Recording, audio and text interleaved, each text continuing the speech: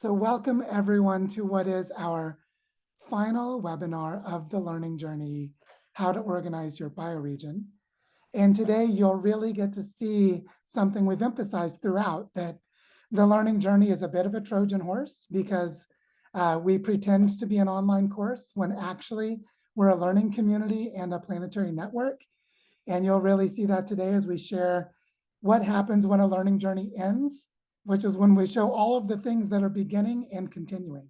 So you can see how these learning journeys hold a stable annual pattern, a sort of seasonal solar cycle, beginning in the spring equinox and ending around the fall equinox. Those are of the northern hemisphere, so reverse them for the southern hemisphere. But we begin and end at the equinox. And so we're in a time of transition, the time when the Earth is awakening the new life on half of the planet and putting life to sleep on half of the planet. And then there's this tropical belt that doesn't care about any of that stuff, which is actually where Penny and I live because we're at 6 degrees north here in Colombia.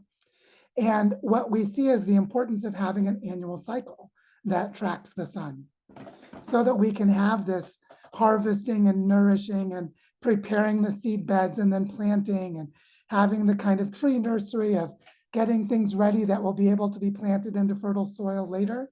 And what we're going to share with you today is a lot of fertile soil and a lot of things that are being put in place that will be coming alive in the next few weeks, including that we have a new official member of our team that we'll talk about today, and what that new official member of our team is going to be doing with us. And that is Elias, who will be also co-presenting with us today. And what I want to do now is go into a presentation where I'm going to share the learning journey's larger context and where we're going.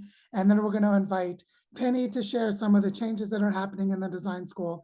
Elias is going to present about some big changes happening on the community side in the design school. And then we're going to come to a close with some time for discussion. And then just so that we all remember, there is a final community call this Thursday and this coming Sunday. So we'll have time to get into small groups and really explore a closing process, a closing process together on Thursday and Sunday. But for now, I want to just jump in and get us going. So let's do it. So the most important thing to emphasize here is that we are not ending. Just like how death is an illusion because there's always more life. I intentionally created the graphic for today's learning journey webinar as having a continuity. And what you can see is the title today is Continuing on the Path to Regenerate the Earth after this learning journey comes to an end. And that green dotted line is the design pathway for regenerating Earth. So we've actually been walking that pathway since well before this learning journey began in March, and we will continue walking that path well after today. And that's what we want to talk about, is what came before and what comes next. But before we do that, Penny and I could not have done anything like this learning journey on our own. And so we want to take a moment to thank our incredible host team who has been with us through this learning journey, hosting the community calls, facilitating parallel sessions, answering questions, engaging with on-the-ground organizing themselves, working with design school members on multiple fronts. I mean, look at this amazing volunteer team. So all of these wonderful people have been with us as a host team. And every 2-week cycle, when we have a webinar followed by community calls, we also have a host team call where we do collective sense making. And they have something of a parallel learning journey that happens in those host team calls. And so I just really want to give a special call out to all of these lovely people: Emmanuel, Karen, Andra, Mark, Hunter, Bree, Mariangel, David, and Will for all of their work throughout the last 6 months. And I don't know if Penny, if you'd like to say something as well. And something that I feel like the host team gets to go through almost like a separate learning journey together. It's such a special experience, and all of these people are that contributed, their unique gifts into this journey. I'm just so grateful for each and every one of them. So Yeah. we just wanted to really honor all of you. Thank you to our wonderful host team. And we know that all of our leadership is larger because all of your leadership is larger, and we have deeper relationships and lasting friendships. So we just wanted to thank you for that. Now, let's get into the rest of the presentation today. I want to give a brief history of Earth Regenerators to show you how this learning journey came into being and how much work has come before. And I'm going to tell this story starting in 2020, 5 years ago, coming up to the present time. So on January 1st, or it was really December 31st, 2019, into January 1st of 2020, I gave birth to a community called Earth Regenerators, which was a study group for my book before it was published. And in the first 6 months, it's almost hard to imagine, I gave about 100 webinars. So all of those webinars were recorded. Hundreds of people attended each one. Thousands of people joined Earth Regenerators. And then during the 3-year lifetime of Earth Regenerators, I also led 6 learning journeys with 6 different host teams. Each learning journey had 8 webinars, which means there were 48 more webinars. All of those were recorded and are publicly available on YouTube. So that's already about 150 webinars. And then the design school started in March of 2023, and we did our first learning journey in the design school called What is the Design School, where we spent several months and gave, I think it was 8 webinars on what is the design school? What is this strange thing that we're doing? And then last year in 2024, we had a 6-month learning journey on birthing bioregional learning centers. If I remember correctly, it was like 16 webinars that came out of that one. And then this year, how to organize your bioregion, another 6-month series of learning journey of webinars and community calls that took place. So basically, we now have more than 250 webinar recordings of our teachings throughout all of this, because all of them have been recorded. And that doesn't include the many, many more parallel sessions and organizer meetings, in the theme dialogues, in the inner space, in many other areas. We probably have more than 1,000 webinars. It's honestly overwhelming. So throughout this whole period, as we were teaching and gathering all these relationships, we also created a multi-scale funding system for regenerating the Earth. And we helped catalyze the birth of a planetary network of bioregions. Many of you know that Penny and I traveled for 2 full years doing bioregional activations all over Turtle Island. And actually, our health collapsed from it because we were traveling so much. We met several of you in person on those visits. And so we helped to catalyze a planetary network of bioregions. And during that time, we've archived so much materials. These are the first 9 webinars of this learning journey, which you can find in the resource section of this learning journey. And we have an archive of all of the Interspace webinars, which are a parallel track that is integral to this learning journey. And here's the first 9 sessions of that series. So the important thing to notice here is that we have so many learning resources that we've created that we feel like it's time to stop giving webinars in this way. It's time to move into a new phase. We feel like it's time to invest much more focus in living out the design pathway and less focus in teaching it, because we have all of these great recorded materials. So we'll talk about how this leads to a complete restructuring of the design school. That begins this afternoon after this webinar is over. And what we're going to shift into is fully going into the design build stage of regenerating the Earth. And so what I want to do is share with you how we're organizing the creation of a knowledge commons to help us do this, how we're going to focus a lot more on helping you to do parallel bioregional organizing from here forward, so that we can offer structured offerings and deep dives into key focus areas that we all need to learn how to do better. And that there's going to be a focus on Earth regeneration in practice. How do we practice regenerating the Earth? And then underlying all of it, like the fertile soil and the whole root layer of life, is the Earth Regeneration Trust that we have started creating, and we've been prototyping for more than a year, for how we fund all of this and how we have multi-scale decision-making from local landscapes all the way up to the planet. So that's where we're going, is into the design build phase for regenerating the Earth. And I just want to take a moment and mention that in parallel with all of this, with Brian and Susan of the Legacy Project in the Greater Tkaronto bioregion, Penny and I are co-stewards of the story of bioregional Earth.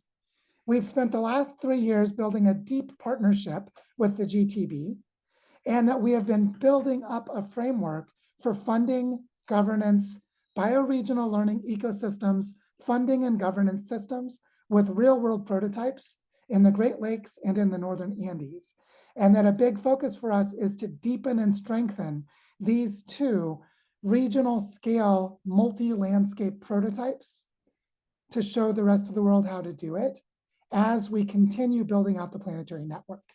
And so I just wanted to mention that in the Greater Toronto, they're supporting work across an Indigenous Great Lakes network. They're working with the level of the Great Lakes, which is 21% of the world's freshwater. Whereas here in Colombia, we're working with 7 territories in the Northern Andes and headwater communities of the Amazon basin, which accounts for another 20% of the world's freshwater. So between these two efforts, we're touching more than 40% of the world's freshwater. So these are strategic planetary reserves and a very important focus for regenerating the Earth. So this is where the Earth Regeneration Trust comes in. If you haven't been watching in the Regenerative Finance Lab in the last few weeks, and really honestly since September of last year, we've been giving a series of teach-ins and real-world case studies on how we're building funding and governance systems all over the world. And we now have an ecosystem that's operating at 3 levels simultaneously. We have a living laboratory of bioregional regeneration in Barichara, Colombia. We have a regional network of 7 territories through the Northern Andes Regeneration Fund. And we have a planetary network that is currently working mostly in North, South America, and a little bit in Europe, and tiny footholds into Africa. But we're moving toward the planetary scale with the Earth Regeneration Fund. And our focus in 2026 is going to be to establish a fully integrated land system plan for territorial regeneration in Barichara, which feeds knowledge and resources to the 6 other territories of the Northern Andes, so that we can replicate systems of monitoring and dispersal of funds across 7 regions of Colombia, while simultaneously setting up the administrative structures for monitoring, tracking, storytelling to receive much larger capital flows into the planetary network of bioregions. We're basically creating a financial system for Earth regeneration. And a lot of our work in the next year is going to focus on doing that. So these learning journeys have helped all of you to better understand what we're doing so you can participate in it, and so that we can mobilize resources toward your landscapes as you get to work organizing locally. So this brings us to a fundamental restructuring that we're doing with the Knowledge Commons. So we have all of this learning material, more than 1,000 webinars, and all of the regional coordinating calls. I mean, it's an overwhelming amount of information. So we're going to start a really robust process of reorganizing content into self-guided learning journeys with different thematic areas, archives that are much easier to navigate than they are now, and some of this content will no longer be stuck behind the paywall of the design school and will become publicly accessible. So we're going to restructure content on the Mighty Networks so that individuals and groups can create learning cohorts and can easily navigate all of this content and learn at their own pace. This is going to make it a lot easier to find the diverse community-led activities and the offerings of the design school team. It's difficult to find what we're doing because there's so much going on. So this restructuring is really going to help you to find your way into this, basically a global library of regenerative learning materials. And we're going to more deeply embody what it means to be a community of practice doing the work of regenerating the Earth, because there will be more parallel tracks of self-guided learning, which means more rich and sophisticated ways that people are learning in parallel with each other to embody the complexity of what we're actually doing. When we talk about bioregional organizing, which was the theme of this learning journey, we're going to maintain the design school as an exclusive space, which means that you have to pay membership dues to access key parts of the design school as it's structured now. But those membership dues, as we'll show you in a moment, are funding you as design school members to do amazing work on the ground. We've actually built a financial system for catalyzing the activation of bioregions. But because of changes in Mighty Networks, We're going to have public spaces for bioregional hubs. What we call resource hubs for bioregions now, which are inside the design school, are going to move outside of the paywall and be publicly available spaces where you can do your own online organizing and share learning materials and host events. So the idea is this restructuring is going to allow us to create limited access spaces.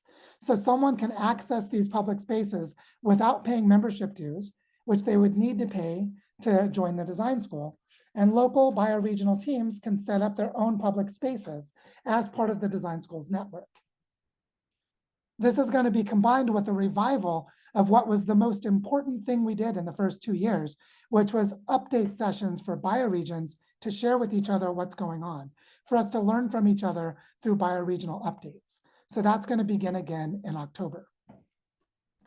And we have the bioregional activation funding pool that we've talked about in previous sessions. We're going to talk about more a little bit later in this presentation, where your membership dues support member-led activities associated with the design school to help you do bioregional organizing on the ground, including the Willamette Valley's learning journey listening tour that's beginning this week that is partially funded by your membership dues.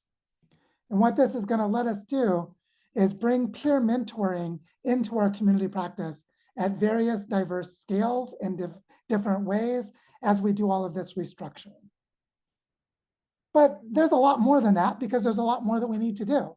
So in the structured offerings, we're really excited that Lena Bergers from the Common Land Foundation team, which is also a collaborator with 1,000 Landscapes for a Billion People, is going to offer a personalized course in October and November in integrated landscape management that is available for free to all design school members. So if you want to learn integrated landscape management, you can enroll in a 4-part series starting in mid-October with Zena that's going to be prepared for design school members as part of our partnership that we're deepening with 1,000 Landscapes.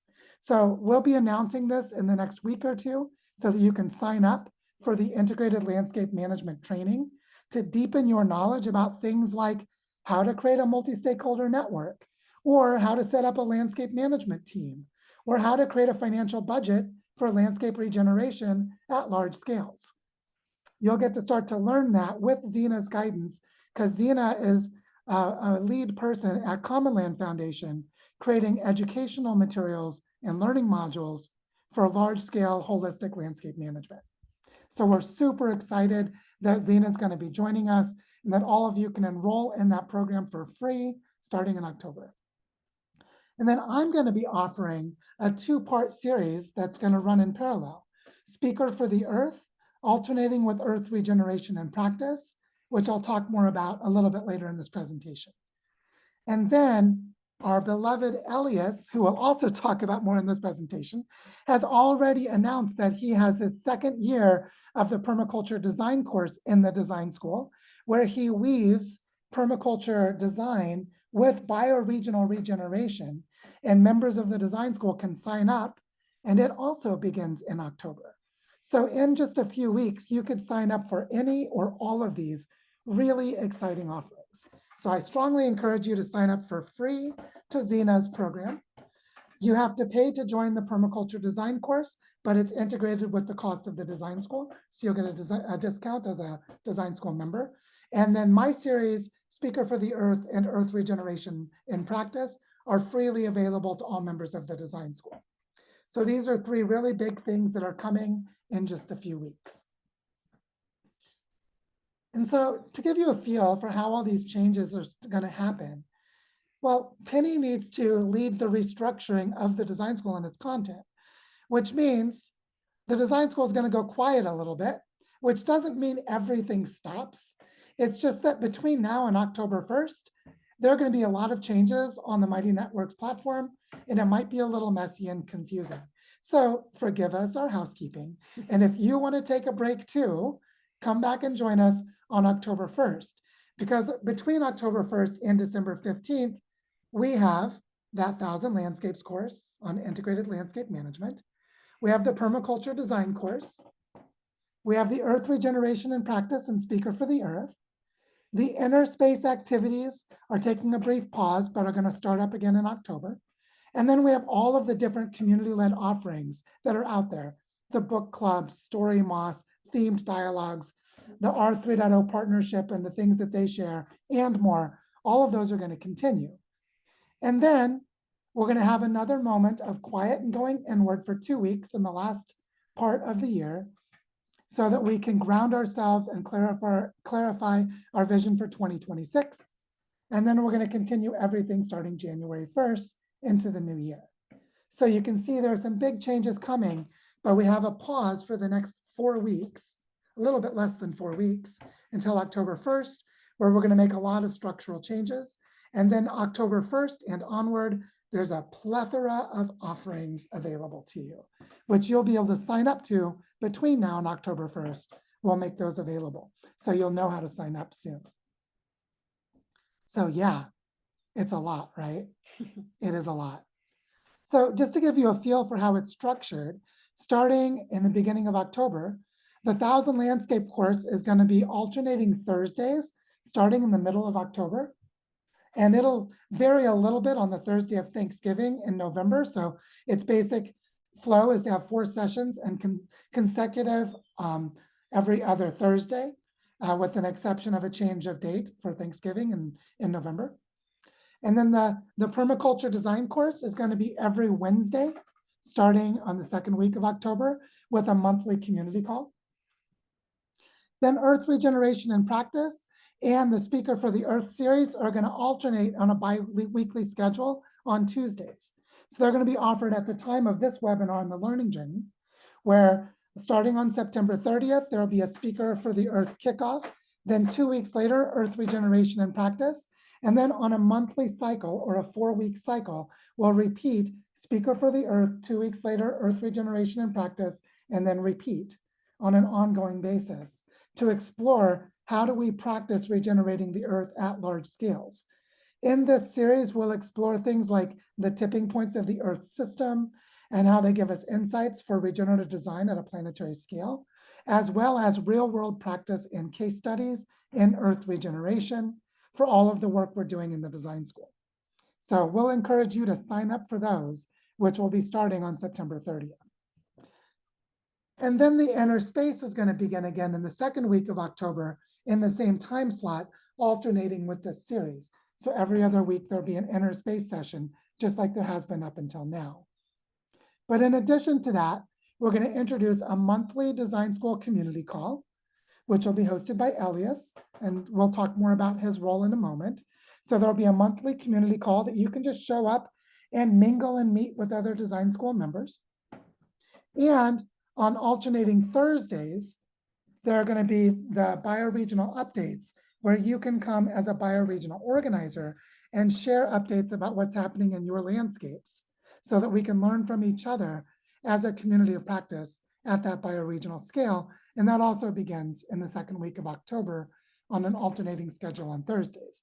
So you can see we're going to have a very full agenda starting in October. And you don't need to sign up for all of these, but just know that you can pick and choose, and you have the next few weeks to decide. So the restructuring process is something that Penny is going to talk about.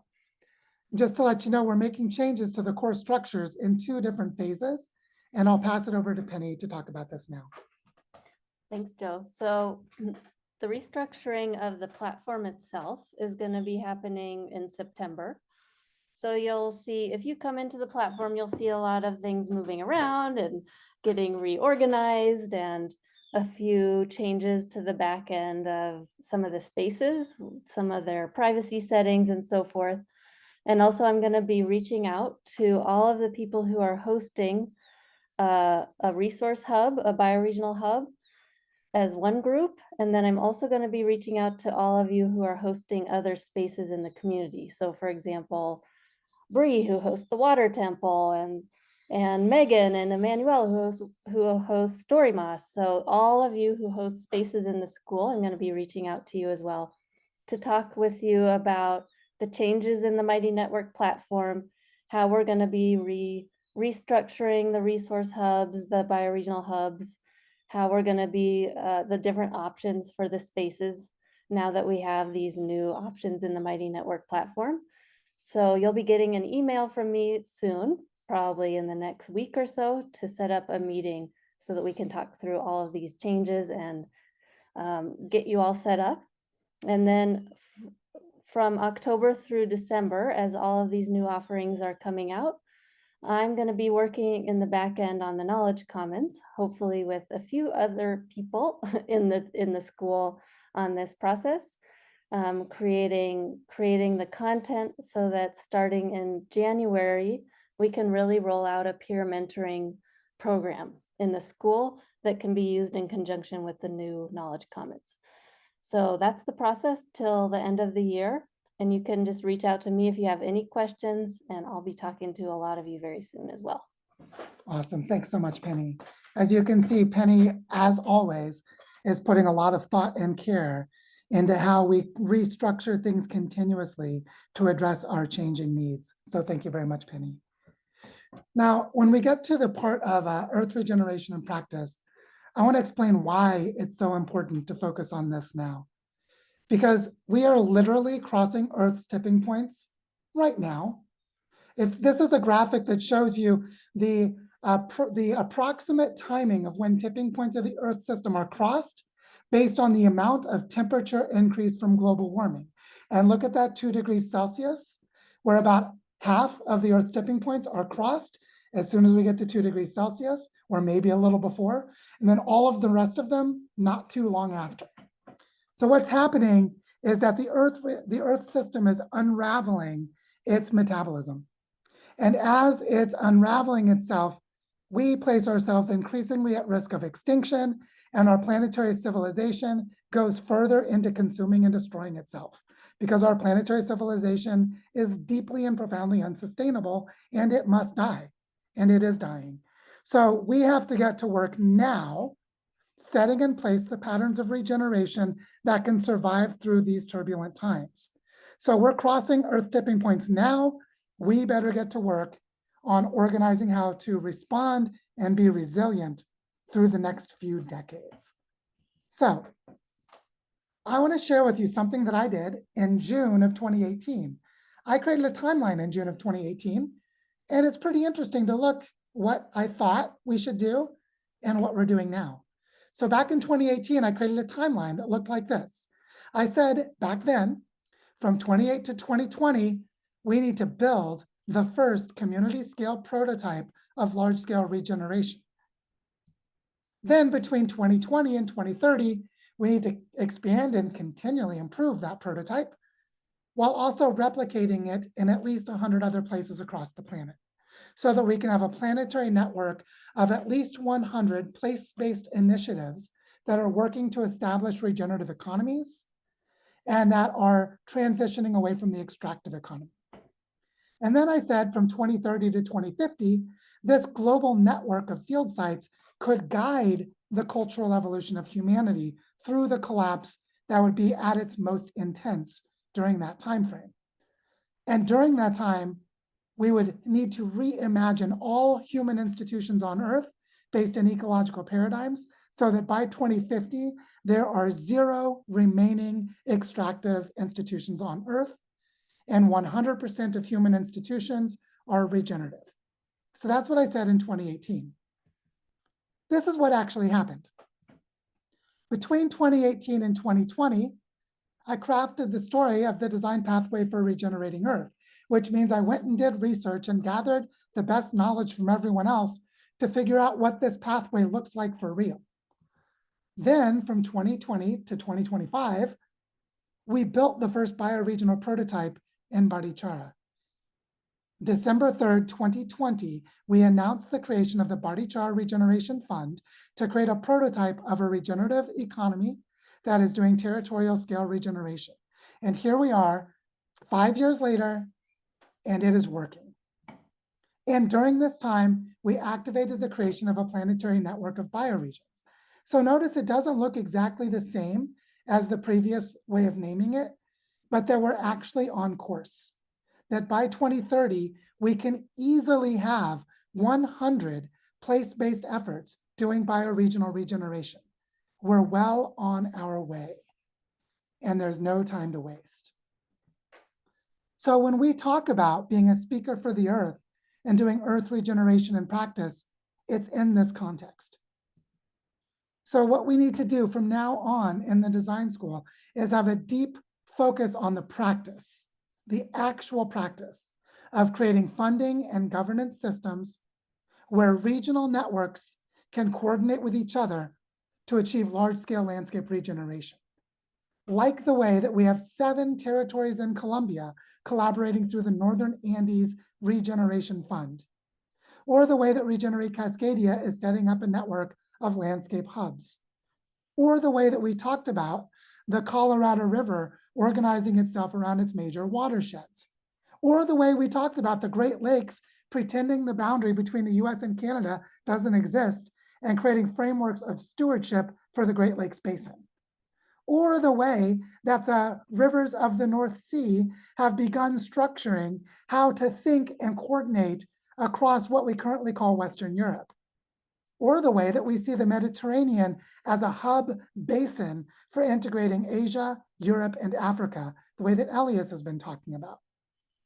So we need to have a focus on the practice of creating these funding and governance systems for regional networks that can move up to the continental scale. During this time, in the next few months, I'm going to start writing again. I feel like I need the clarity of thought that writing provides, and I'm going to be writing about what it means to speak for the earth in this time of unprecedented transformation, and I'll be inviting you to speak for the earth as well. And through that writing, I'm going to explore in depth what the tipping points of the earth reveal about regenerative design at the planetary scale.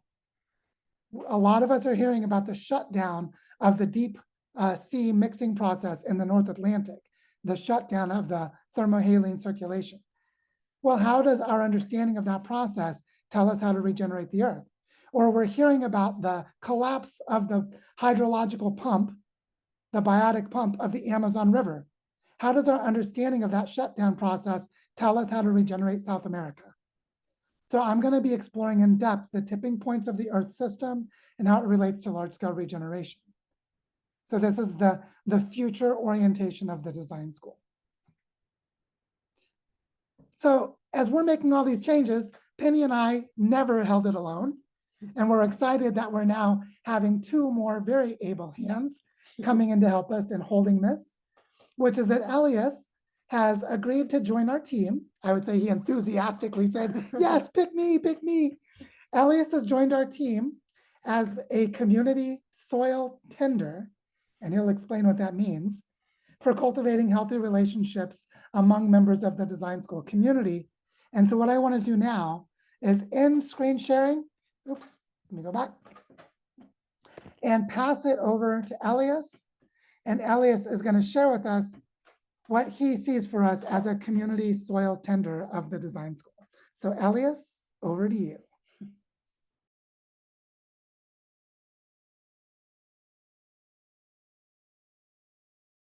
Yeah, thank you, Joe. I feel deeply honored and excited and happy to join the team and be able to, to give back to to this incredible community. And I have a presentation to share, but first I want to say that so originally I'm a permaculture designer and educator and farmer or gardener. I'm already stewarding a few small pieces of land, so when I was invited by Joe and Penny to help tending the community, the word tending really resonated with me. And I must say I didn't know this word before, and I must share also that English is my 4th language, so I'm not always fluent finding the right words. But the word tending resonated with me as we use it for soil tending, for forest or garden tending, for fire tending to keep it alive and vibrant. So yeah, and I was really excited to be able to work with Joe and Penny and yeah, learn from them. So yeah, and for me, this was the way I chose to take it is that the design school will be like another garden that I will be tending along with the other small gardens I have here. So yeah, I will be sharing my screen to expose, yeah, to present you this idea of looking at the design school as a food forest community. So the food forest, just to review its definition, the food forest is a human-designed ecosystem mimicking the structure and function of natural forest, intentionally layered with perennial plants that provide food, medicine, habitat, and resilience.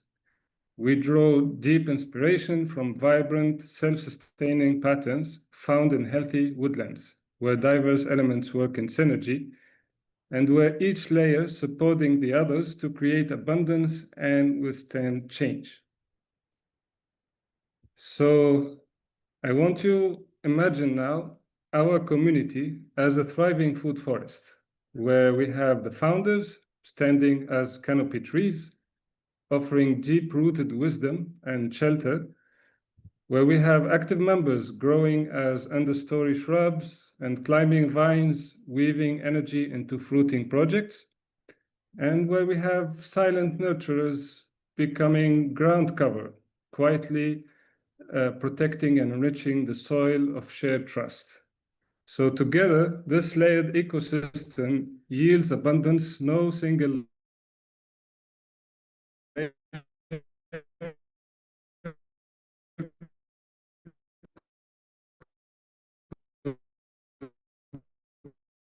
achieve alone. A few of us can play this food forest community. So there are day roles that are visible and expressive. These roles thrive in the light of community activity, creating structure, sparking energy, and facilitating exchange. One of them is the canopy trees, or founders and visionaries. They provide overreaching vision, shelter, and deep-rooted wisdom. Another one is understory trees, or threshold stewards. They work at fertile intersections, translating ideas into action, amplifying voices, and turning friction into growth.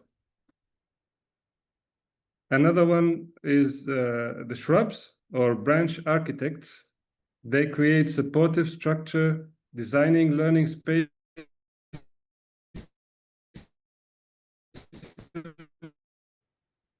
And another one is the flowering herbs, or pollinator sparks. They ignite sparking conversation, experiments, and celebrations that ripple through the community. So alongside the day roles, we have the night roles. These are unseen and nurturing. These roles work in the quiet, behind the scenes spaces, providing essential support that allow everything else to grow. So one of them is the ground cover, or silent nurturers. They offer quiet presence and protection, maintaining a layer of safety and belonging to others so others can take root. Another one is water sharers, or abundance circulators. They lock resilience into shared ground, like mulch trapping rain, prevent resource evaporation, fund scholarship, and quench others' roots. Another one is the fungal partners, or root nourishers. They anchor the community, feeding unseen layers of growth and fostering fertile conditions for all.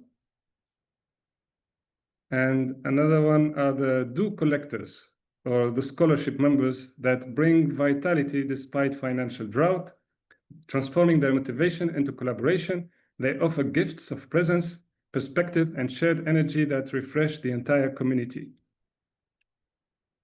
So these roles, many of us actually embody a blend of roles that are the same.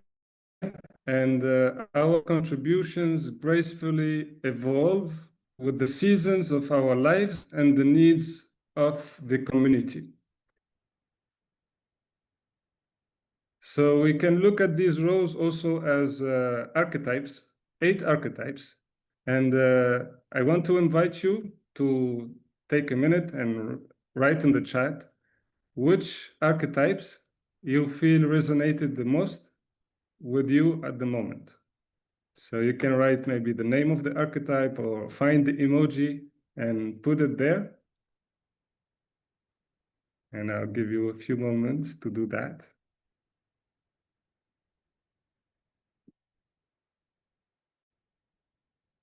Okay, so along with these 8 archetypes,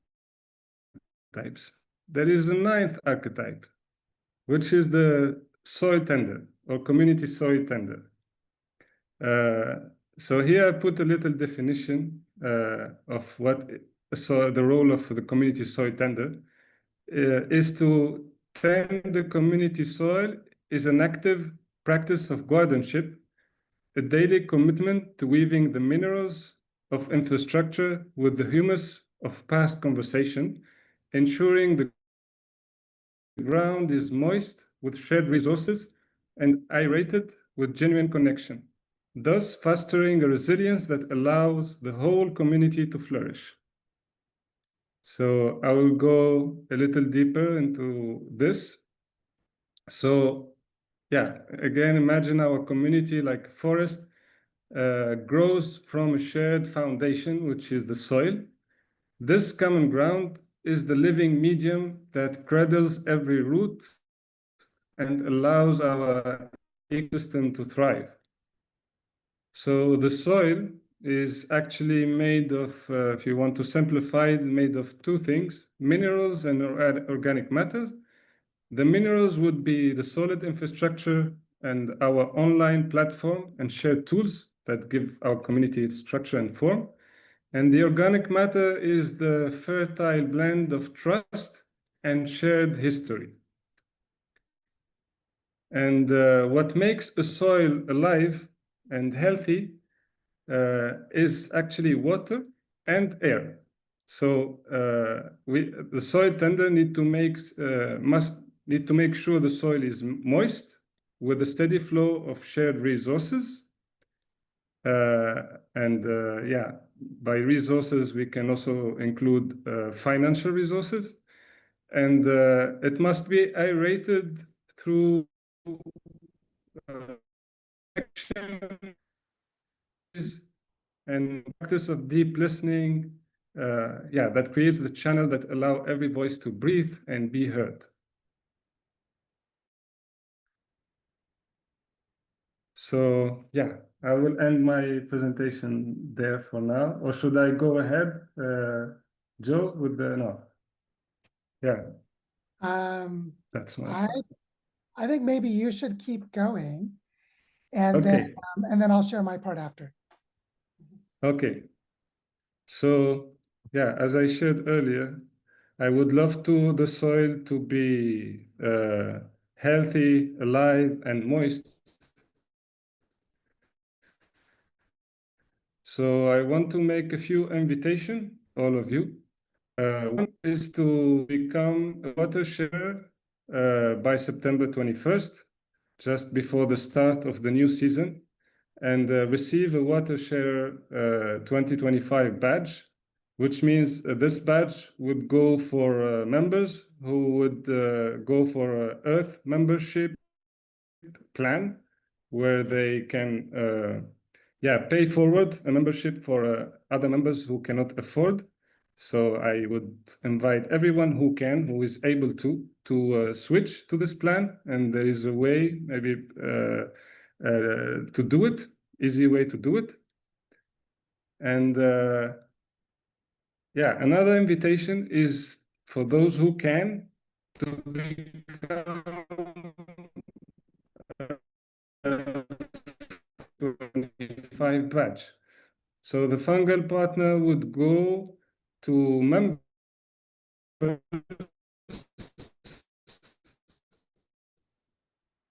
who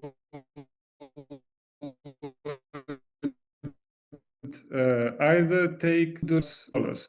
So the fungal partner, actually the metaphor of fungi, or specifically maybe the mycorrhizal fungi in nature, they bring water or resources or money in our case, and they bring nutrients, which is trust. In exchange for our case is the inspiration, the deep learning, and the profound connections we are able to build in the design school. So this is my warm invitation for those who can afford, to earn a fungal partner 2025 badge and help us start the season with a moist soil, and that will help everyone thrive. And the third invitation I want to share, actually, I put together this text that you can share with your friends and invite your friends to join our community. So I would read it. Join a living ecosystem of regeneration. What if healing the earth begins with how we work together? For over 2 years, our design school has grown into a vibrant community of 800 plus members from across the globe. We are a community of practice dedicated to collective sense-making on how to regenerate earth, land, people, and communities. Together, we have already cultivated an abundant tapestry of shared knowledge, profound connection, and tangible projects. Now we are deepening our practice by embracing a model written in nature itself. This October, we are evolving into a food forest community, a resilient, layered ecosystem where every member's unique strengths are an essential part of a synergetic whole. This experiment is our next step in learning to organize in a way that truly mirrors the regenerative systems we champion. We are inviting new voices to join this living experiment to help us grow even more diverse, wiser, and more resilient, to add your unique layer to our ecosystem and help shape its future. If you are called to regenerate the earth and want to cook with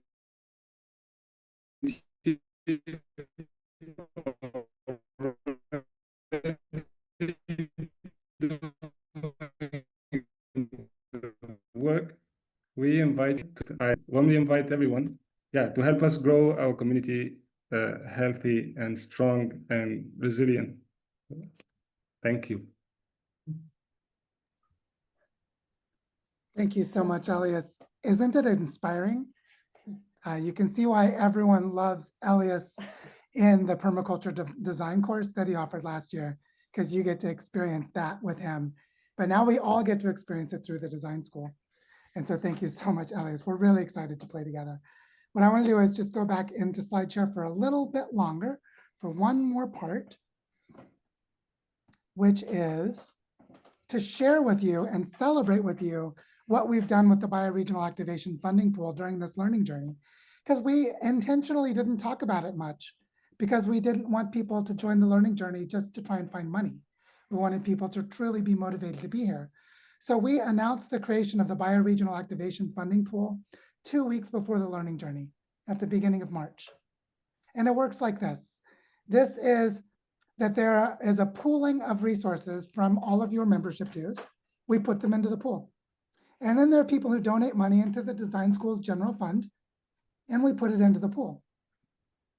And then 100% of that money goes to design school members so far.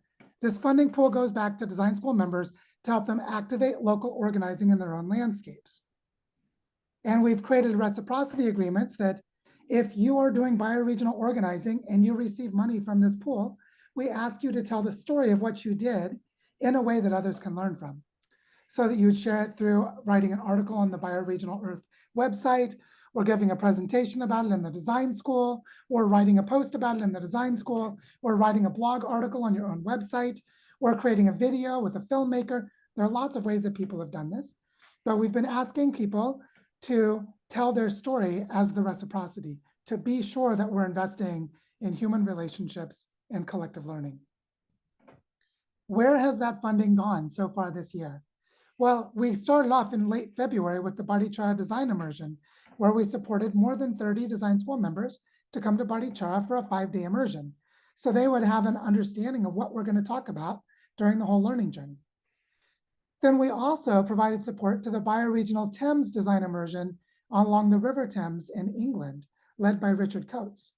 And we provided financial support to the Terra team in the Tarn-et-Garonne region of southern France, led by Maria Elena Danes.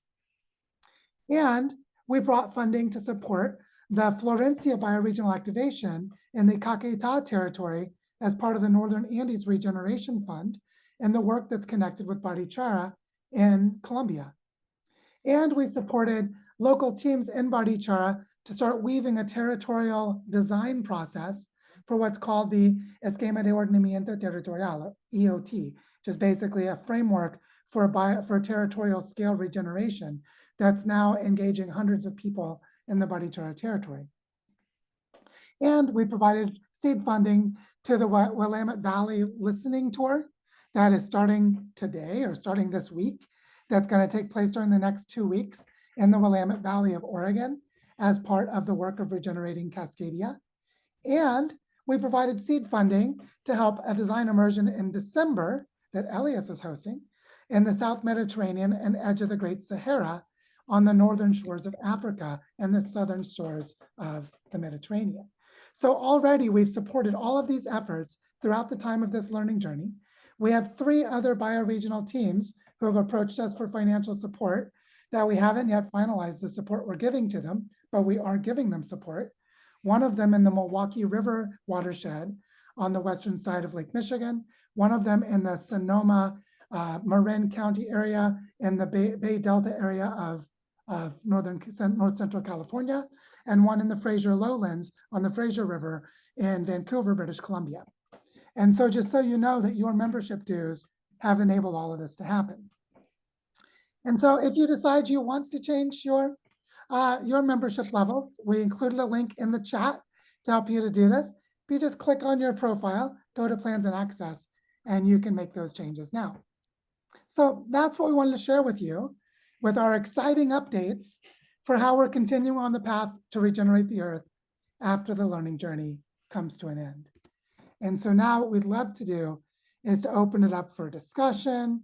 If there are questions or comments, as you can see, we're working very hard to keep things moving forward, and we're very excited by what's coming. So thank you so much to our host team. Thank you to Penny for all of your hard work. Thank you to Elias for all that you're doing. And thank you all for participating in what's been an incredible learning journey throughout the last 6 months. So now I just love to take a moment to say, thank you so much. And wow, we still have a lot of work to do.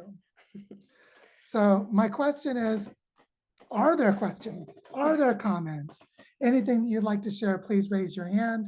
And we still have plenty of time for discussion for the rest of today's webinar period. John, over to you. Thank you all for this. This is awesome. I've got a couple of questions. One was, I put it in the chat about sort of like backing up all the material in case Mighty goes dark. And just kind of, and I guess sort of along that same question is, I know it sounds like you've really thought through what is public and what's going to remain behind the paywall. My impulse is you make it as public as possible, and that the more people link to it from their own, wherever they're either reposting or blogging or whatever, then it becomes easier to find. So like the search engines and the AIs can find the stuff faster. I know for me, I didn't really ever go to the Mighty website. I basically only came to these sessions, which were great. So that's on me, but I wonder if that's something other people have experienced where is it just another place to go? And I guess a final question was, I suspect already in the membership these people exist, but it was the notion of like ambassadors to other groups.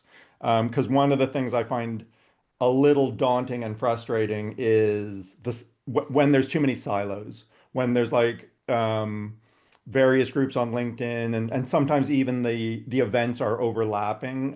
So I guess I wonder, is there an active sort of ambassador program between groups? Thanks, but thank you so much.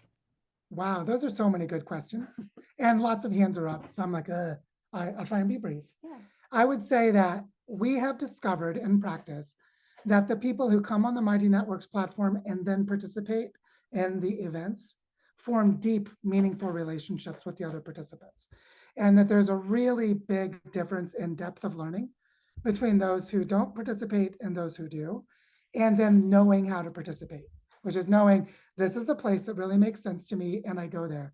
And just as an example, the people who go to the inner space, they're drawn there for their personal reasons and they find deep meaning and connection in it.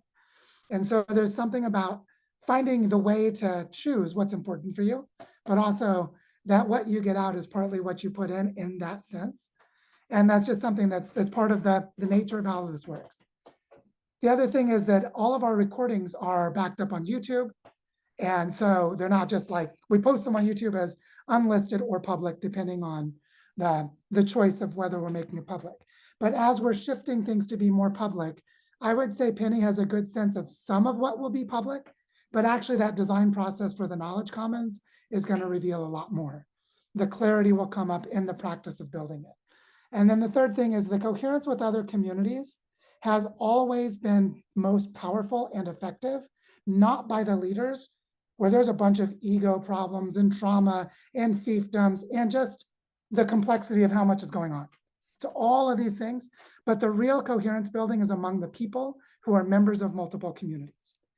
So like when we have members of our community who go to other communities and represent both communities well, some of you are in 10 communities.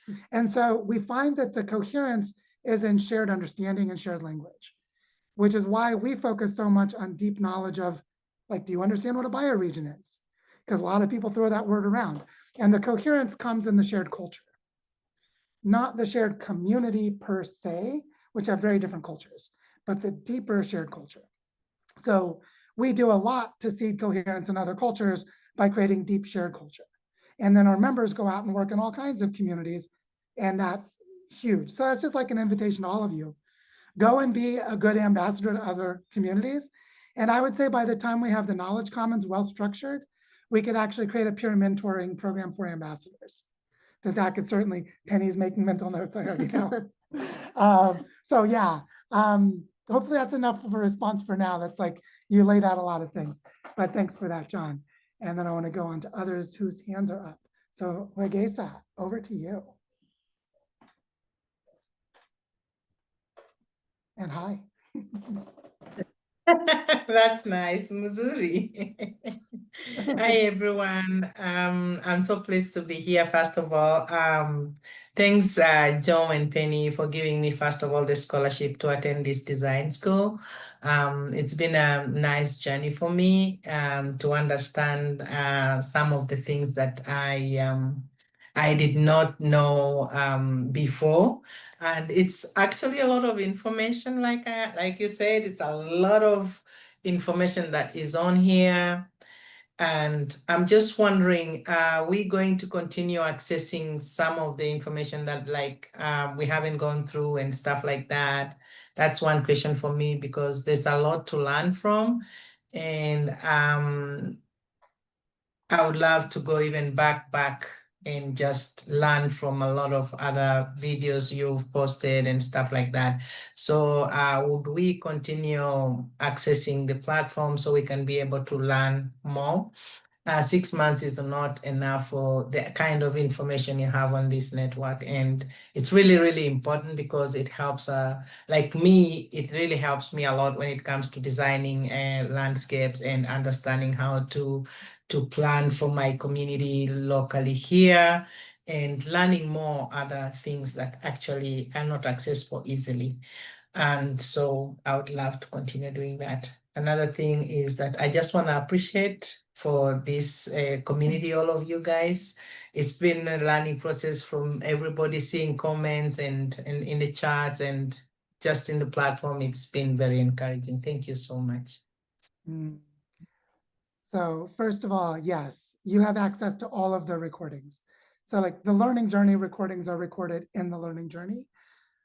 There's a recording section, but also we have an area called self-guided learning journeys. You're where we muted, have- Joe.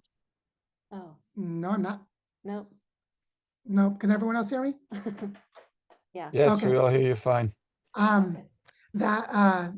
So there is already a space for self-guided learning journeys, which I think has 6 self-guided learning journeys. So you already have another basically 50 webinars right there that you could go through any of. And this one will also be moved there. Yeah, So this one will be moved there. So you can continue if you didn't see all the sessions or, yeah. And I would strongly encourage you to sign up for Zena's course, Zena Berger's course on integrated landscape management in October, because I know what they're doing in Thousand Landscapes is really good. And so I know that's going to be helpful for what you're doing. And your scholarship is for a year, even though the learning journey is 6 months. And you can always request another scholarship if you need it. So we have plenty of soil tenders coming into being now. So yes, to be continued. And we're very glad that you're here. So thank you so much. And then Frances, over to you. Hola. Hello. Hi, everyone. Can you hear me? Yeah. Yes, we can hear you. Okay. All right. I thought I was still muted. Thank you so much for this beautiful journey and for everything that you guys are doing. It's been an honor as always and learning so much. So I'm excited to continue learning and continue weaving.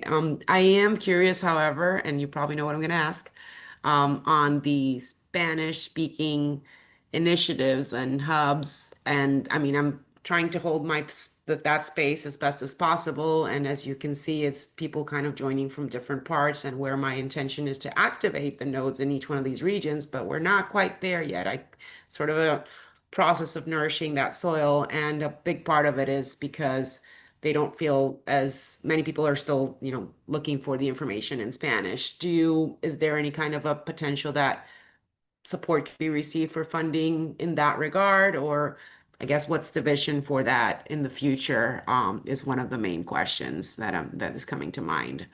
And I did want to make another comment, for the gentleman that was asking about the platform. I think that the platform is what makes it like so special. Like that for me, everybody's like, whenever they ask me, I'm like, no, you don't understand. This platform is well organized. It's done in a way that you can go back to it and you can see what you want to see. You can look at the courses, you can, do inner work. There's spaces for everything. And if you understand it, you're going to see that everything you need is there. So to me, the platform makes all the difference in the world. It doesn't compare to any of the other communities that I'm a part of, and I'm a part of a number of other ones in the regeneration space. And by far, this is what makes the big difference. So thank you so much for that, Penny and Joe, both of you. Gracias, Frances. Quiero De decir nada. algo que voy a decir en inglés, pero bueno. Okay. We're starting a process here in the Northern Andes Fund, where I have been asked by the leaders of the other territories to come and help their community leaders understand what is regeneration and what is bioregionalism in Spanish. And it's because they see what we're doing, they see how important it is. And as you know, many of the people in Latin America are actually leading. They're way out front. They have so much to teach the world, but they don't have shared language yet. And so what I'm finding with those, what I would say are very earnest invitations. Like in 2 weeks, Penny and I are going to go and spend 3 days in Bogota and 3 days in Medellin to help start laying the groundwork for bioregional regeneration in their landscapes with the territorial foundations that are there. And then we'll start building up learning materials in Spanish with them. And so what I'm seeing in the near future is one of those limited access spaces, you know, the ones you don't have to pay to join. We'll do one of those in Spanish. Okay. That's like a no-brainer. We start there. And then we start creating shared resources in Spanish by giving some presentations there that we record and start accumulating. And so, and then also people like Salvador, who's I think is still on the call, working He's with, amazing. you know, with Presencing Institute, with ULab, with ECHO. There are various groups that you probably know as well that are doing a lot in Latin America in Spanish, but that doesn't mean we're getting that onto this platform. So there's bridge building that we're very close to doing that I will have an easier time doing in the next few months. So just to say, yes, I totally agree. And we're moving in that direction. So Awesome. Thank you so much. If you, while you're in Bogota, somebody that has been joining the call is a representative for the Rights of Mother Nature conferences. He's been joining. He's not a part of the school. He's in limited. I maybe should transfer the other scholarship over to him because the others haven't been attending as much. But if you do want to meet up with him, I can arrange for that because he's somebody big on that aspect. Thank you so much. Blessings to all. Sí, hablamos. Gracias, Francis. Okay, Claire, over to you. Yeah, I just want, I've already mentioned this before, but I just really wanted to highlight just how much it has helped regenerate Cascadia at every stage of its development, but just partnering with the design school for the learning journey, for kind of the, you know, being able to have a place to direct people who are interested in what we're doing. But I also wanted to just say, so that's been, and then having that space held so well by Andra, she's done an incredible job. And just what that's done for getting people ready for the next steps. So it's really like leveraging the support that's in the system, and just excited by the level of complexity that's being held here. But also just to kind of really highlight, as we have got so busy, like this is a mark of our success, is that we can't attend as much of the design school, which is, you know, that thing. And so always open to exploring how do we keep the feedbacks that are happening on the ground in the learning back in here when we're so busy and it's so hard to do that. So, but that we are, the people that are doing the work on the ground are resources to everybody else. It's just we've got to figure out ways of being able to do that better. Because I feel like there's a little bit of like, we're not really getting the feedbacks happening in quite the same way that would be helpful. So it's an ongoing process. One thing I would just say about that, Claire, is this is part of what I think the peer mentoring is going to be able to enable. That's going to come up next year, you know, after we get the Knowledge Commons kind of rolled out, at least some of it rolled out, that we can start up some more focused peer mentoring where that feedback can start to happen, but in ways that you can participate in, you know, so that the people who are just starting could start to learn more deeply from you, but it doesn't take too much time or effort on your part, given your work. So, yeah. Yeah, and I would just add there are two other mechanisms. Mechanism is a simplification. One is the idea of these design immersions or place-based organizing. Anyone who's doing place-based organizing can weave what is happening and create gatherings and deeper learning. And someone, if you have an organized gathering, someone can communicate what happened. So you can create a role of communicating the story so that it can be told as, you know, a video capture of a documentary or a short film or reels on Instagram or whatever level it may be to emphasize that storytelling piece. And then the other, the deeper one, is the role of bioregional learning centers, that we create physical places that people gather to hold these patterns of bioregional regeneration. And then we can invite people to come and go from them across a stable planetary network. Like you can come to Barichara and experience this because we have cabins you can stay in and we have a program you can enroll in. And you could come to Whidbey Island and do this at the Whidbey Institute for the Salish seat because, etc. That role of the physical campus place-based component, this is more longer term, but obviously that's going to be huge for what we're doing. So I just want to reemphasize that. And to say that the Cascadia cohort model that you all rolled out last year with about 50 people and this year with like 130 or whatever the final number was, it's just amazing. And I think it's really a phenomenal way for us to practice deep partnership through modularity. you and Brandon focus on what you need to do, and you had a coordinator who held the cohort. And that, I think, was really smart. So just good learnings for all of us. So yeah, thank you so much, Claire. Yeah. And then Dave, over to you. Welcome. Yeah, hi. Can you hear me? Yes, we Yeah. can hear you. Yeah, just to acknowledge the kind of vortex of activity you're doing and really appreciate how much this is moving and the scale of your ambition is very, very almost humbling to, to be engaged in the scale of the ambition of regenerating Earth. So that's amazing. I've skipped a few of the videos, so I'm not sure if this has been mentioned, but when you kind of paused around July, you were reviewing the kind of learning needs of people, and you were noticing there was like people that are really deeply in and very active in the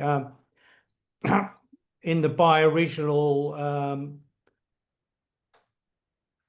trying to regenerate their bioregion. Then there was people that were kind of just beginning. And then there's people like me that were kind of before the beginning, and you were looking at their different needs. And I'm wondering how, if where that's coming in terms of the restructuring. Maybe it's in the mentoring program, but I was interested in how that is being reflected, or that learning is being reflected in the restructuring you're doing at the moment. Yeah, so that's exactly what the Knowledge Commons work is about. So Right. restructuring the knowledge in ways that people could, in a way, choose their own adventure, right? So at whichever stage you're at, there's a journey that you can go on either yourself or with other people in a cohort to go through some learning materials that are for the stage that you're at. So that's how we're starting to address that with the restructuring process through the Knowledge Common work, and then also into the peer mentoring realm later on next year, so that we can have people matched with, people who are just beginning, matched with people who are a little farther along, and they could start to learn together. So Yeah, that's how we're thinking about it. and I would add that the diversity of offerings, like the 1,000 Landscapes offering on integrated landscape management, you could join that without knowing anything, but it's really structured for people who are practicing, who have organizing experience. So it's like, if you're more advanced, you're going to go deeper. So that's a good place if you're already pretty advanced. Whereas if it's like, I'm just getting started, maybe join book club. Because in book club, and by the way, everyone who joins book club loves it, because you basically gather with a small group of people, become really close friends, and you choose together which books you want to read. So you're like, oh, I heard about this book, Hospicing Modernity. Let's all read that. Oh, this thing that is about grieving, and I've been hearing about Joanna Macy. Let's read one of Joanna Macy's books. And so people sort of together choose the things they want to learn about, and it's really personalized because they tend to be a smaller group. So I'd say it in that way, that a lot of this is going to be the diversity of offerings that are happening, but also more clarity about what that diversity means. So when you show up, you're not just like, I'm confused. Like, oh, I actually identify with that. I'll start there. And that's going to help a lot. Yeah. That makes a lot of sense. Thanks for the clarification. No, thanks for the question. Thanks, Dave. It's a key question, is what I would say. So thank you, Dave. Kyle, over to you. Hey, thank you, Joe. Thank you, Penny. I wanted to take this opportunity to thank you for the scholarship. There was a period where I had to take other employment, some employment, and I was unable to attend as much as I wanted to. I also wanted to say that I sympathize, well, like probably most of the people on this call, feel the sort of an intense urgency that there's this huge need, there's the scale of suffering that's going on, the reality of the collapse, the signals we get every day about it. And I feel that. And I also feel that, that you've taken on this responsibility, and there's this need to bring more funding, and it's like let the river flow stronger. Let there be more funding flowing to all these parts, these pieces. And so I just wanted to, I'm trying to balance my work on my own bioregion in Costa Rica, the Brunca, Chiricoda, Osa bioregion, and becoming part of the organizing effort there. But with the big picture of trying to think about strategies, differing strategies for differing, going after identifying the people most likely to be pulled into the sphere of thinking and doing that's happening here. And so I just wanted to put myself out there and make myself available to work on that with you, because I know that's an urgency and a vital part, so that more and more and more and more people can become part of what part of this learning journey, and turning it all into action, and from design into building. So if there's a process that you're going to, maybe in this pause period, I would love to plug in. So thank you very much, and I hope I can contribute.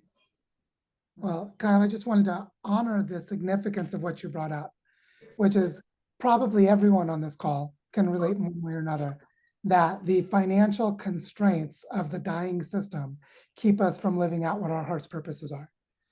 This happens to so many of us. It's such a big deal. And I just want to really name the significance of it. It's so big. And part of what we need to do is definancialize, which is remove debt. You don't have to pay rent because there's housing available. Oh, there's a local sustainable food system, so you're actually not having to go to the grocery store. It reduces the financial part. There are lots of ways that can happen. And then there's the way of just having more places in parallel and more synergies between them, which creates more resilience, whether or not there's funding. And so I think all of this is right at the heart of why we haven't been able to transition, is that the old system has got its foot on our throats, and for billions of us. So just want to name that, because it's a big deal. And it's only very recently that Penny and I received financial support with flexibility to be able to give all of the money that comes to us forward into other things, because we're supported. And that's been happening for 2 years. I was working class poverty, farm kid from Missouri. So I had none of that support before. And so for us to be a commons in this way indicates the power of making other people financially free to fully devote themselves. It's we are a living testament to it. And so we want more people to be in that position. So hell yes, let's figure out how to do it. So hell yes. Thank you, Kyle. Onward. And then Robert, over to you. Yeah, hi. And thanks so much for everything you're doing and the inspiration and the scale of it. It's it's really wonderful. We've got our second, I'm in the Thames bioregion, and we've got our second immersion coming up in 10 days' time. We had a meeting just before this one talking about a couple of things. So 2 questions. One is around how best to weave together different events that are happening into something that represents a whole that can then be communicated. And then the other thing is that we were reflecting on how across not least the Thames bioregion, but I think even just the area where I am, there's actually lots of organizations that are very active, but they're quite invisible. So I'm wondering that with the platform, and it may, forgive me, it may already be in there, but is there some way to map and make visible all of the actors that are currently perhaps not seen, but collectively make for a huge amount of momentum that can be built upon? So one of the pieces of all of this work at every level, from the most minute to the planetary, is the importance of narrative. This is so important, the role of narrative.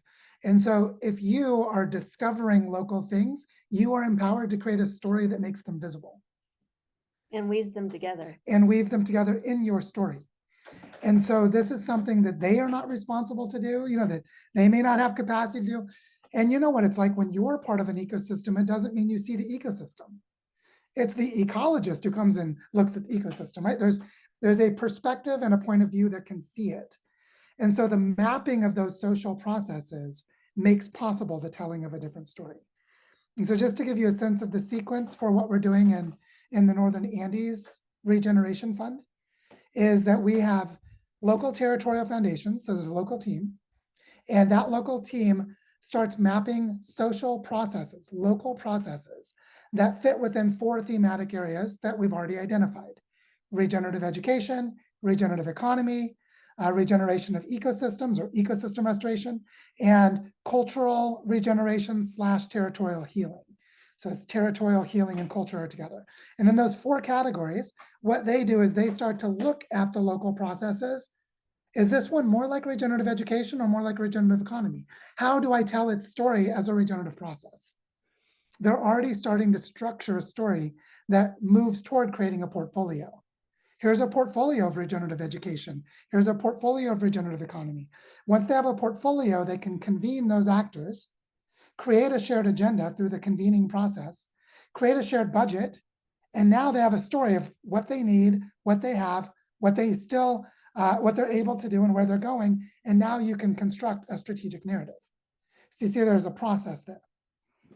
And so in that way, what you're doing allows you to start structuring in your mind, how do I understand this story? How do I invite people to be part of this story? And then afterwards, how do I tell the story of what happened? And in that process of narrative creation, you have real power to make them visible.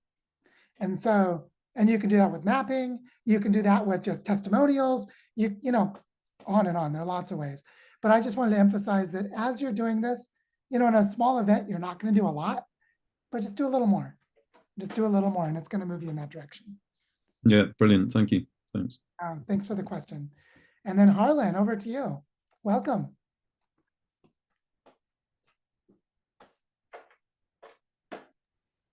Okay. Hi. It's you know, it's kind of bittersweet being here at the end of this learning journey. It's my first learning journey, and I'm hearing you talk about it. I'm more grateful and prepared for what's coming next. I was nervous about like a low period. But I just wanted to express some gratitude to you two for I've said it in the member lounge, but like I've held the knowledge for a long time now that like we're in this predicament because we feel so separate from the earth, from the rest of life, from the water, from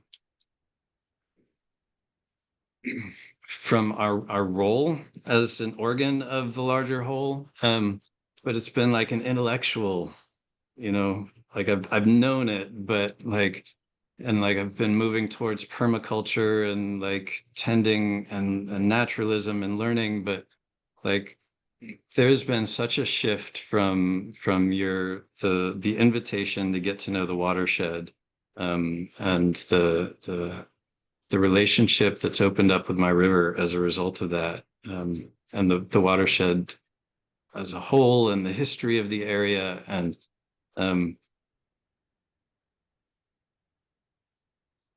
yeah, I again just wanted to express the enormous gratitude I feel for that. That's been huge. And I also, Penny, deeply appreciate, and it's both of you, but the internal and the external, the both sides, and the work that though I was also a bit slow into getting into the inner space, and this is my first time speaking and my first one that I'm attending live. I just wanted to express gratitude to the work, for the work that both of you are doing and have done, and now knowing that like you are supported by someone else to be able to create this, like huge gratitude to whoever that is, for yeah. The way I've framed what you said to the previous speaker was like our spirit wants to like give our time, our attention, our creativity, our life energy to service to life, to something that's meaningful and beautiful to us. And the economic system says, no, fuck that. You need to get a job. You need to devote your life energy to making the rich people more money. I just hate that. I hate it so much. I'm both so ready for it to end, and I'm also terrified of it ending, given that like the whole system is dependent on that. I wonder if you could take a minute to speak to like what you see of like, I don't know, like economic collapsing, what that might look like. Well, I could speak a little to what an economic renaissance feels like, because that's maybe where we should be feeling. Like the Okay. collapse of Detroit in the 1990s and the cultural renaissance that took place as the city emptied out. Like that kind of, there's a renaissance that occurs. And because we're in South America, we're in Colombia, you know, we're in one of the anchor places from 500 years ago where Western colonialism really took hold. Was it started in, you know, Colombia has the namesake of Cristobal Columbus. And what we see is that the indigenous wisdom is still very present. And when we let go of those habits of thought that are so destructive, we open up to discover that there's this beauty and abundance that was there the whole time. It was just there the whole time. And one of the best ways to see it is to slow down, open your heart, and look with an open heart. Like this morning, with this amazing golden orb spider, she's over there being really active right now. This morning, I happened upon her just after she caught a wasp. That was a really big wasp, and she was being really careful not to get stung, so I stopped and watched her. And then I spent 2 minutes filming her carefully moving around the wasp to be able to drain its body fluids and paralyze it so she could feed herself. And then she has these 3 male spiders, because it's this whole social system on her massive web. She has 3 generations of spiders on her web. Her children and her grandchildren are there too. And the males actually crawl on her body and eat the food as she's eating it. And I'm like, I didn't know spiders did that. But as I'm watching her, they're doing it. And like something opens up inside of me. And I'm like, this is a real economy. What I just saw is a real economy. And I just get to witness it with an open heart. My daughter's there. Penny comes running over. We're like, Elisa's getting ready for school, and she's late to school because we have to watch the spider eating the wasp. And one person could say that's grotesque and horrid and morbid, but it was absolutely beautiful. It was just beautiful to see the care and the thoughtfulness of this multi-family or this multi-individual dynamic sharing resources. And death was present, and life was present, and sexuality was present, because the female spider is much bigger than the male spider. And she has her egg sac over on the side. And, you know, you just see it's all there. And when you look in those moments, you see that there's an abundance. And we just have been completely disconnected from it. And so the Renaissance, the rebirth, you know, it's what the French word Renaissance means, the rebirth. In Spanish, it's renacer, to be reborn, is to come back into that relationship. So a lot of what we're doing is that. And the other economy dies away because it's death creating, it's not life creating. So what it looks like for that economy to go away is like us stopping and watching the spider eat the wasp. Which, what a surprising story, right? I didn't know I was going to have that story to tell you. But because I had an open heart and I was present, I was able to witness it. Just like you're doing with the river. And so you're doing it right.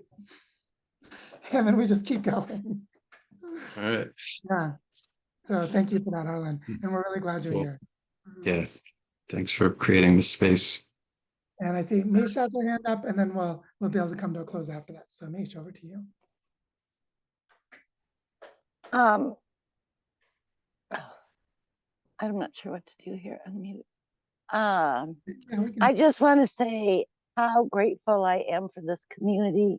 I was also a recipient of the sponsorship, and it has made my life so much richer to know that all of you people out there working for this sweet Mother Earth that we all share, and for future generations, for ourselves, for future generations, for all of life. And I'm just so happy to see that there are partners out there doing really good work and sharing knowledge. And just thank you so much from the bottom of my heart. And That's really all I have to share. Thank you, Joe and Penny, and all of you for sharing yourselves here. Oh, thank you so much. Go back to a view where we can see everyone here on the screen. So for me, this, I was saying it to Penny this morning, it's like the symbolism of the phoenix is always with me, and it's present a lot. This sort of from the ashes is born the next stage of life. And here we are in a moment of rebirth.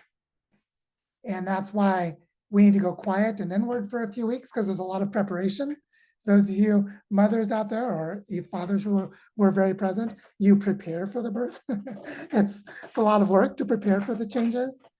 And what we see is that we're moving into a new phase. Each time it's a new phase. And that where we see ourselves going here is going deeper into the work, which includes deeper into each other's territories. For each of you to feel into, how can you invite people to gather with you where you are? And as we pool resources, how do we share them with each other? Like the story of the stone soup.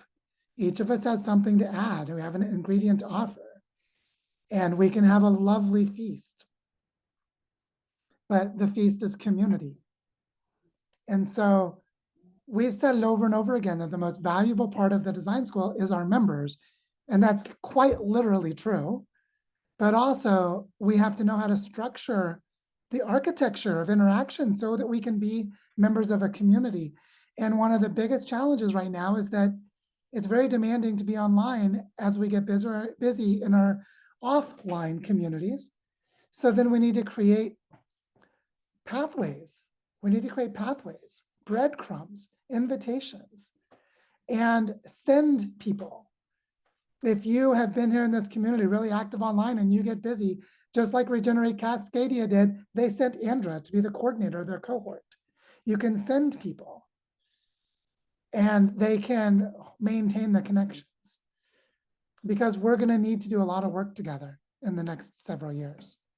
We have a lot of work to do together, and we feel really held by being in community together. So I don't know if there's anything you want to say before we close, Penny? I don't know. Yeah, I'm just feeling very emotional and just so grateful for all of you. Yeah, thank you all for just showing up. This is just show up, and you all inspire me. And Carlos threw his hand up a second time. I guess we should respect. Come on in, Carlos. What you got to share? Yeah, I just wanted to say you guys are very humble, and just I expressed this in a previous session, but Joe and Penny, I have so much respect, and it just shows the courage. The places that they've been to in Colombia, like Florencia, Caquetá. I grew up in a region very close to it, and all my family has just crazy stories. It's a place of a lot of violence, a lot of groups that try to maintain that fear, and to see you do that work in the places that you're doing it, it just gives me hope and a lot of courage. So I just wanted to share that the courage is very much alive here. So thank you. Muchas gracias, Carlos. We will be going back to Caquetá soon. For those of you who don't know, Caquetá, the river Caquetá, is probably the largest tributary of the Amazon basin by volume. The sheer amount of water that comes out of the northern Andes into that sacred headwaters community is phenomenal. So Carlos comes from very sacred land. So we are together, as Elias showed us, we are the community soil, and we together are sacred land. So thank you all. Hope to see you on Thursday for a community call where we have a chance to talk with each other in smaller groups. And of course, we'll be seeing you very soon in all of these activities that we're preparing for. And so thank you so much, and have a beautiful rest of your day. And onward, fellow humans. We'll see you all soon. Everyone come off mute. We love you, Joe. We love Thank you. you so much, Joe and Thank you. Penny. Thank Have a you good so day. much, Amazing. everyone. Thank Thank you. you. Leave the meeting open. And Leave the Thank meeting you open for so hosting people can read us. the chat. Thank Beautiful. you. thanks. Leave the meeting Yes, open thank till you. people leave so they can read the chat. You can save it. Save the chat. Thank you. Yes, and I've had the meeting